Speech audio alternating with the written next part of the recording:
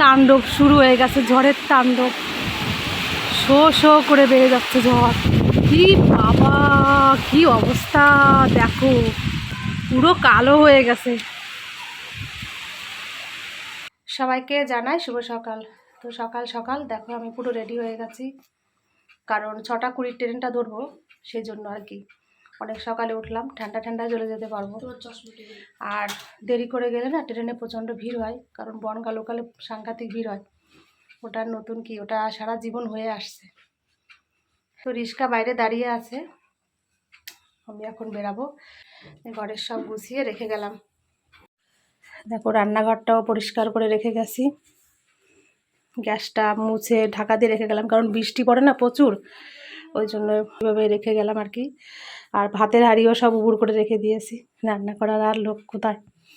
মানে দাদাভাই থাকলে তবু একটু অবশ্য ওকে নিয়ে যেতাম, ও তো বাড়ি থাকতো না। যাই হোক, ফ্রিজটা বন্ধ করলাম, এখন ওয়াইফাইটা বন্ধ করে দিই। ঠিক আছে, এই হচ্ছে ব্যাপার। ঘরটা সবাই একটু দেখে রাখো, আমিও দেখে রাখি, আমার প্রিয় ঘর। তোমাদের দাদাভাই আজকে প্রায় বলতে গেলে ঘুম ভাঙিয়ে দিয়েছে আমাকে, কারণ ওর স্বপ্ন দেখেই আজকে ঘুমটা সকালবেলা ভেঙেছে। বাবার বাড়ি যাওয়ার সময় ও প্রত্যেকবার আমাকে তুলে দেয়, বলে ওঠো দেরি হয়ে যাচ্ছে, যাবে না। লাফ মেরে উঠে পড়তাম। আজকেও সেম সেই অবস্থা হয়েছে আমার, আজকেও লাফ মেরে পুরো উঠে পড়েছি ওর স্বপ্ন দেখে সকালবেলায়। তো যাই হোক, রিক্সা দাঁড়িয়ে আছে, আর কথা বলবো না, তাড়াতাড়ি চলে যায়।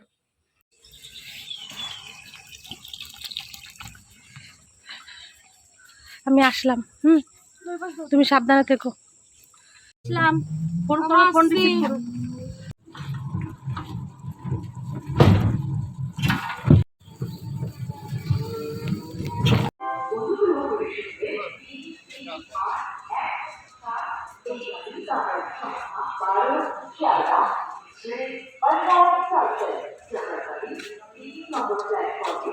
এসে গেছে গাড়ি, আমরাও এই যে স্টেশনে এসে পৌঁছালাম, গাড়ির অ্যালাউন্স করে দিয়েছে।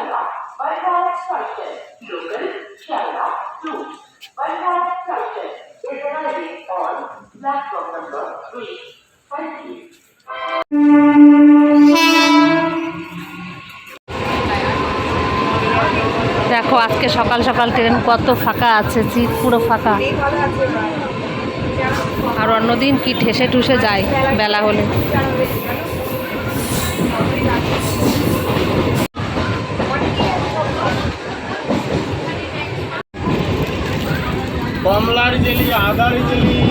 খাবি চিড়ে ভাজা? কাল সকাল চিড়ে ভাজা দেখে খিদে পেয়ে গেছে, তো এই যে একটা চিড়ে ভাজা কিনলাম, আমি খাবো। ছেলেকে বললাম, ছেলে খাবে না। খাবি চিড়ে ভাজা? না খেলে কি করবো, আমিই খাই। বনগাঁ স্টেশনে চলে এসেছি, তো ছেলের এখন খুব খিদে পেয়ে গেছে, তো লুচি আর তরকারি কিনেছি, তাই এখন খাচ্ছি।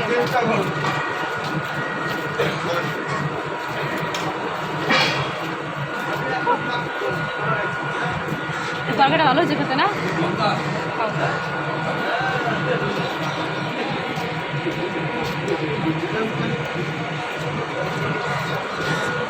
আয় আস্তে আস্তে আয়।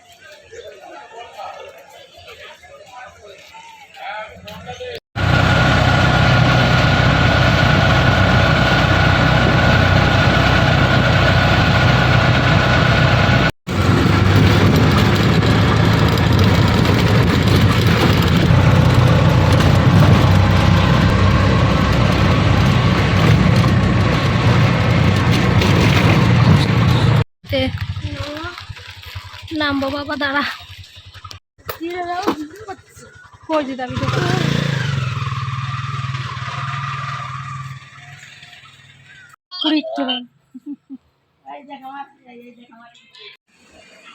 স্টেশন থেকে এই লুচি আর তরকারি বিক্রি হচ্ছিল, ছেলে যেটা খেয়েছে, তো খুব টেস্টি হয়েছে তরকারিটা, তো তার জন্য আর কি মানে বাড়িতে কিনে নিয়ে আসছি।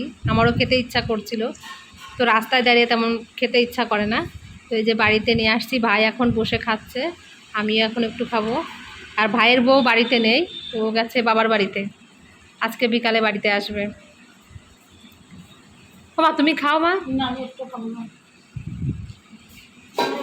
মাকে বলছি খেতে, মা খাবে না, মায়ের নাকি গ্যাস হয়েছে প্রচুর, আর কি করা যাবে না খেলে। আমার মায়ের জন্য দেখো কি নিয়ে আসছি, এই যে এই দুধ নিয়ে আসছি, লিকুইড দুধ। আমার মা খুব পছন্দ করে এই দুধটা খেতে, তো তার জন্য এই দুধটা নিয়ে আসলাম। মায়ের নাকি এই দুধটা খেলে গ্যাস হয় না তাই বলছে, ওই জন্য বিশেষ করে আনা মায়ের জন্যই। আমাদের বাড়ি যখন যায় মা তখন এই দুধটা নিয়ে আসি, মা ওখানে খুব ভালো খায়, তো সেই জন্য আর কি নিয়ে আসলাম। তো পরোটা খেয়ে খেয়ে যে বাইরে আসলাম, মা এখন রান্নাবান্না করবে। মা সকালে রান্না করেনি, আমি আমি ফোন করিনি, ফোন না করেই সকালবেলা চলে আসছি, ওই জন্য মা রান্নাবান্না করতে এখনও পারিনি, এখন রান্না করবে। সকাল সকাল চলে আসলাম, ট্রেনে ভিড় হয় ওই কারণে আমরা চলে আসলাম তাড়াতাড়ি। তো মা দেখো কি করছে, এই যে মাছ বের করছে দেখো, জ্যান্ত জ্যান্ত মাছ, আমাদের পুকুরের মাছ। এই যে বাবা সেই জিওল মাছ, দেখো কত বড় একটা জিওল মাছ, কি মোটা, আমাদের পুকুরে হয়েছে এই মাছ। বাহ, এই জ্যান্ত জ্যান্ত মাছ পেলে তো কোনো কথাই নেই। দেখো ফলি মাছ, জিওল মাছ, ওই একটা নিচে, ওইটা বড়।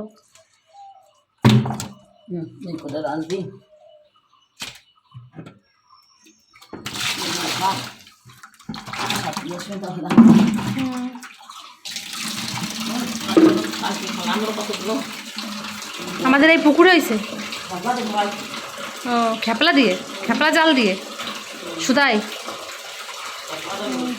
ভাই নাকি পুকুরে মানে মাছ ধরেছিল, তো তার সেই মাছ এই যে তাই বেঁধেছে আর কি পুকুর থেকে।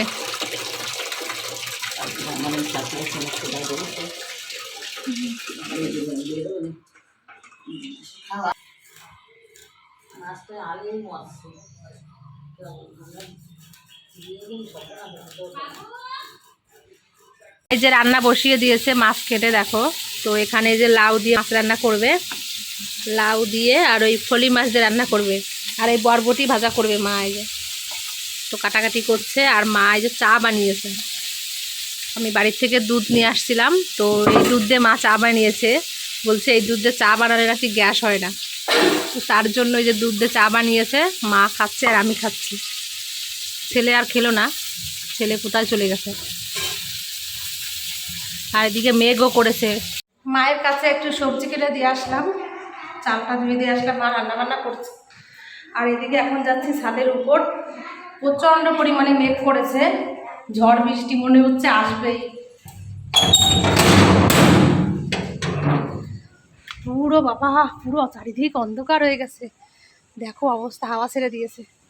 তো মায়ের শাড়ি আছে তাই নিতে আসলাম ছাদের উপর। এইখানে ঝড় ঠিক পাওয়া যাবে, কারণ এখানে গাছপালা ভর্তি, আর আমাদের ওখানে তো গাছপালা তেমন নেই, ফাঁকা জায়গা, হাওয়া ছাড়ে, কিন্তু এখানে গাছপালা হুড়মুড় করে ভাঙে, ঝড় হলে পড়ে শো শো করে আওয়াজ হচ্ছে, দেখো অবস্থা, সর্বনাশ। দেখো তাণ্ডব শুরু হয়ে গেছে, ঝড়ের তাণ্ডব, শো শো করে বেড়ে যাচ্ছে ঝড়। কি বাবা, কি অবস্থা দেখো, পুরো কালো হয়ে গেছে।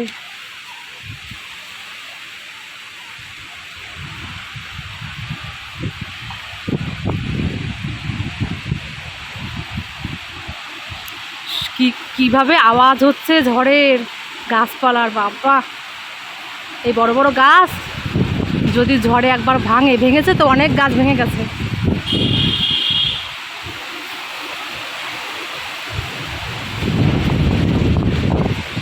বাইরে এরকম হাওয়া ছাড়ছে, মানে মেঘ করেছে, আর আমার ছেলে ওই দেখো ওই যে উঠোনে তো ফুটবল খেলা করছে। এখন আমার ভাইপো আছে, মানে আমার জ্যাঠার ছেলের ছেলে, তো আমার জ্যাঠার ছেলে ওই যে দাঁড়িয়ে আছে, তারপর আমার ছেলে আর আমার ভাইপো ওই যে, তো তিনজন মিলে এখন এই যে ফুটবল খেলা করছে,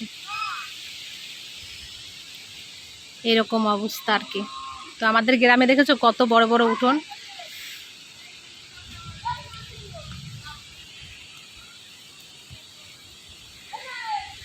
আমার আর ছেলের তো এই কারণেই এখানে পছন্দ হয়, খেলাধুলার জায়গা আছে, বড় জায়গা, খোলামেলা পরিবেশ ওর এইখানেই, মানে ওই কারণেই ভালো লাগে।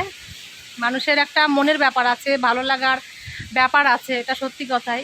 আমার শ্বশুর বাড়িতে যেমন বিরাটিতে কোথাও বেরায় না, মানে ঘরের ভিতর থাকতে হয় সারাক্ষণ, এরকম একটা ব্যাপার। কিন্তু ও ছোটোবেলার থেকেই মামাবাড়ি যখন আসে ওই খোলামেলা পরিবেশ দেখতো, ওর ওই জন্য এখানে ভালো লাগে, এই আর দাঁড়ানো যাবে না ছাদে, এখন বৃষ্টি এসে গেছে। দেখো কি বৃষ্টি হচ্ছে এখানে, যেমন হাওয়া ছেড়েছে এখানে তেমন বৃষ্টি হচ্ছে, মেঘ ডাকছে কিভাবে। মায়ের যে রান্না হয়ে গেছে, তো আমাদের এখানে তো প্রচুর বৃষ্টি হয়েছে, সেই অবস্থায় আর কি ঘরের ভিতর বসে বসে মা রান্না করেছিল। যাই হোক, রান্না বান্না করে এখন এই যে আমরা খেতে বসেছি, মা আমি আর ছেলে খেয়ে নিয়েছে আগে, ছেলের খাওয়া হয়ে গেছে, খেয়ে দিয়ে এখন ঘুমোচ্ছে ছেলে, আর আমি স্নান করলাম, তারপরে যে এখন খাচ্ছি ভাত। বরবটি আলু ভাজা করেছে আর আলু দিয়ে ফলি মাছ দিয়ে তারপরে রান্না করেছে, ব্যাস।